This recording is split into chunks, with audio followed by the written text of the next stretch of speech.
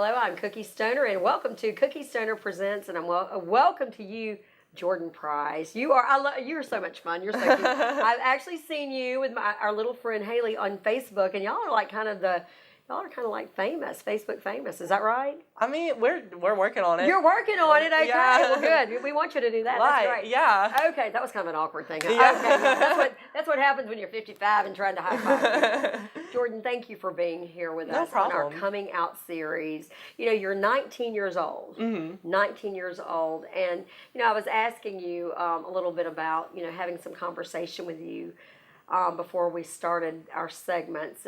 You're 19, and you said the very first time or the last time that or that you can even remember that you knew that maybe I'm not, and I'm trying to change also that dialogue of I was not normal, because this is normal for you, right?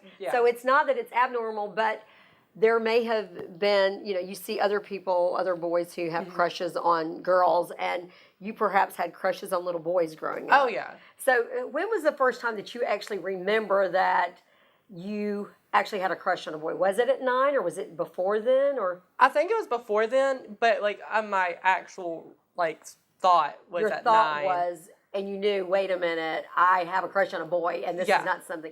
So at that point, did you start to suppress it? Did you say anything about it? Did you verbalize it to anyone? I just kind of threw it back in the back of my head. I was like, okay, this is kind of weird. Let's not say this to anybody, and just throw it in the back of my head, and I'll just keep it as my back of my head, dirty little thought. Dirty little thought.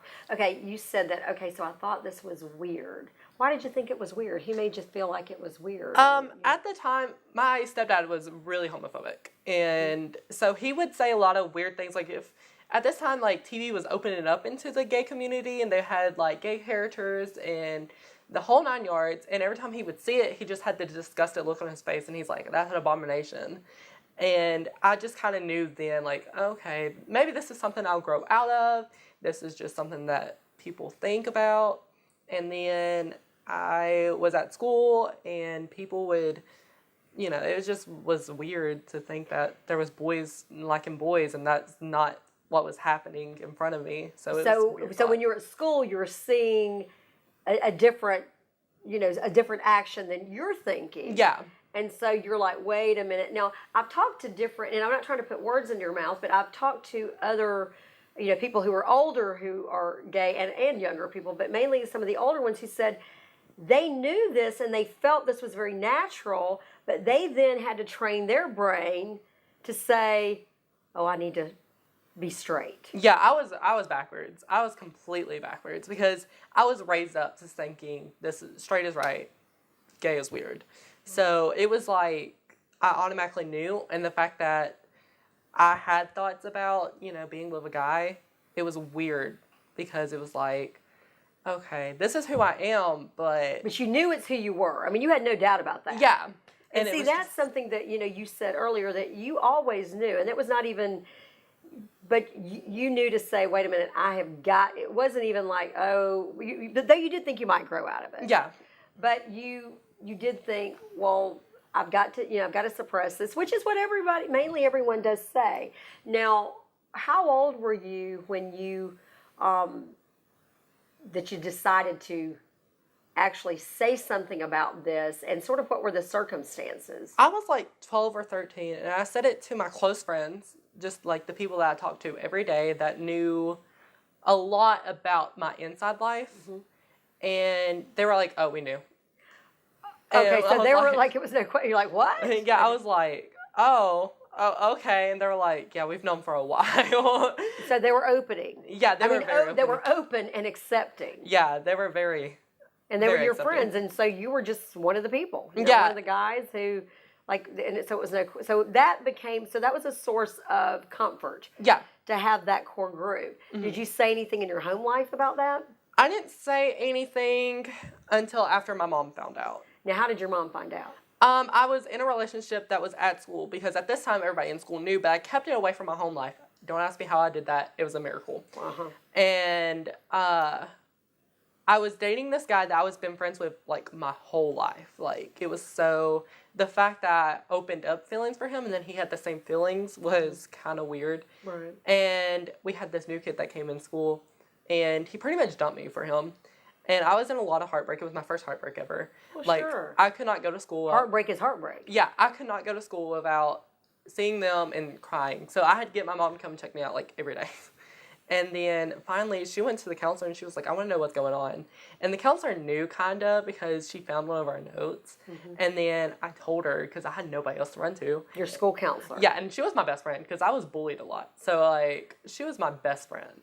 So your school counselor, and I do want to come back and talk about that bullying in a minute, but your school counselor, you told me before we got started, we were talking a little bit about this, she just treated it like any relationship, which as she should. Yeah. You know, it was just, we got to help you get through this heartbreak. We've got to help you be able to cope here at school. Yeah.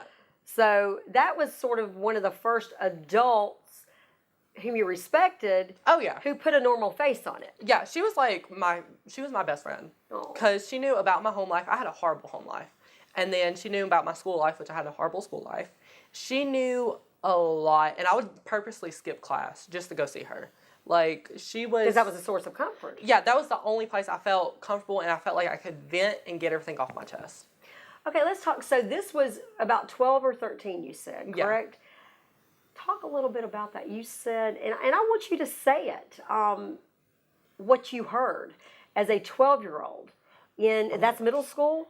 What you were called, you were bullied? Yeah, late middle school, early high school, yeah. So tell me when all this kind of started and the first memory, and just, talk about it. Paint that picture about the way you were treated. Oh, once my dad, like, my stepdad, it was awful anyways. Like, I wasn't even out yet, and he was already calling me faggot, and... Oh, you're in your home? Yeah, this was in my home. He was really abusive, like, really abusive. And he would just say whatever he could get underneath my skin. And then whenever I got to school, we had these redneck jocks that would, like, shove me out of their way in the halls. They would push my books out of my hands. They would come in front of me and, like, grab their penis and be like, oh, you want this? Or they'll just straight up throw food at me. It was bad. Like, it was so bad. The fact that I survived all of that is a miracle. Like, I don't even see how most kids do it. So they would grab their private area and say things to you like, hey, you want some of this? And you were like, no. Yeah. And so now shoved you, called you, and this was a daily basis. This was daily things. Like, I hear you even now, and as you said, you have always loved yourself and accepted yourself because you knew this. Oh, yeah. Even though was there ever a place where, you had the heartbreak with the boyfriend, but was there ever a place that you just were like, okay, if I change this and I don't do this, then everything will be okay? Or did you know that then there's no changing this? Yeah, that's kind of how I was thinking at the time.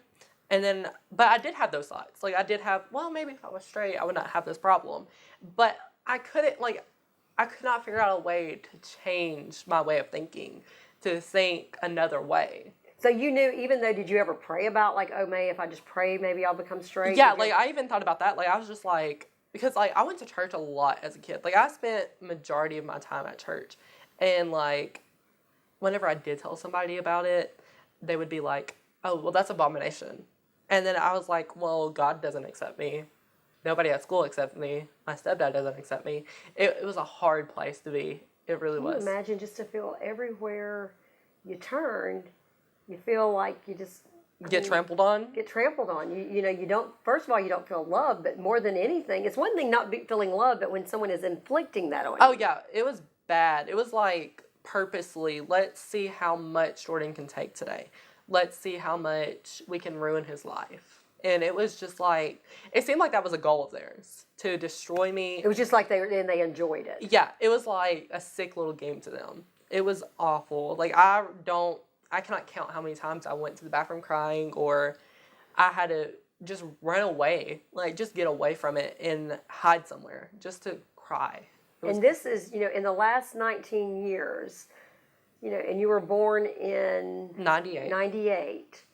So since 1998, and then in the mid-2000s or whatever, we hope our world is going to a place where we don't have this, but yet this is still going on. Yeah, it's still going on. Like, my sister, she's lucky. She's also gay. And she don't have to deal with it as much as I did.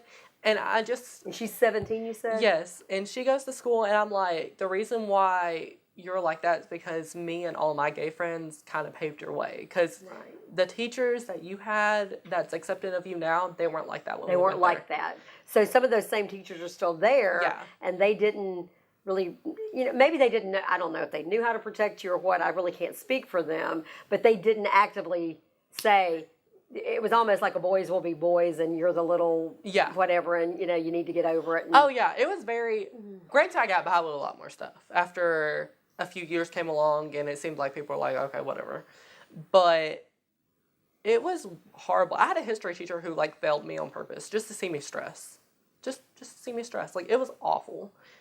And it was like, I had teachers who were really nice to me. I had my bus driver, she was like, okay, girls sit on this side and boys sit on this side, but Jordan, you can sit wherever you want. Like, she was nice. And then I had a lot of teachers who were nice, but I had a few teachers who were mean and like You didn't fit into what their norm was. Yeah, and like it felt like if I went up and said something to them and told them about my problems, it seemed like they would not cared. So like you're just bringing this on yourself. Right. And it was mainly... You wouldn't act like that. It was mainly male teachers. Like I had my gym teacher, he was awful. He would make us work out and like we had like our own little gym thing and we had to work out with like the weights and everything. And he would make fun of me because I was not as strong as most of the other boys. And he would just sit there and like when we would run or something, he would call me out in the hall and talk to me and said, you need to try harder. You're not trying hard enough. And I'm like, look, running ain't for me. I don't know what you expect me to do. You just have a different makeup and a different it was physique. And wow. That just, as I told you, it's sometimes that's just hard for me just because...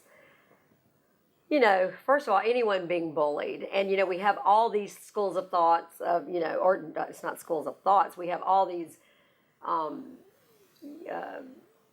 programs that are like, activism, now that's going around, here in 2017, bullying is never acceptable. And then you had not just these kids doing it, but you had teachers who were... Yeah, that was kind of like in on it. Yeah, that they weren't just...